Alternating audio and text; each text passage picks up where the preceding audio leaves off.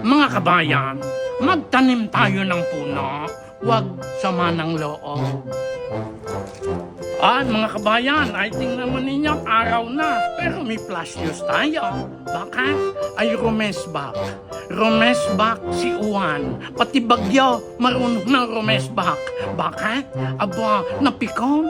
Napikon kay Sierra Madre dahil hinarangan yung lakas niya, binasag ang kanyang lakas, hindi na siya naka-epekto doon sa iba't ibang bayan natin.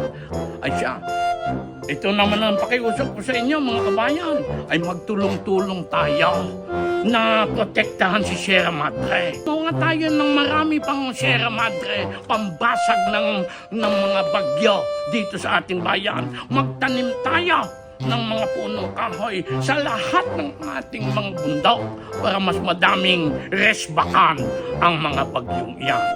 Now na, ha? Ay siya mga kabayan, ay di follow and subscribe na lang kayo din sa Facebook, YouTube at TikTok din sa aking Mamay Leo. Maraming salamat po sa inyo. Yun. Oh.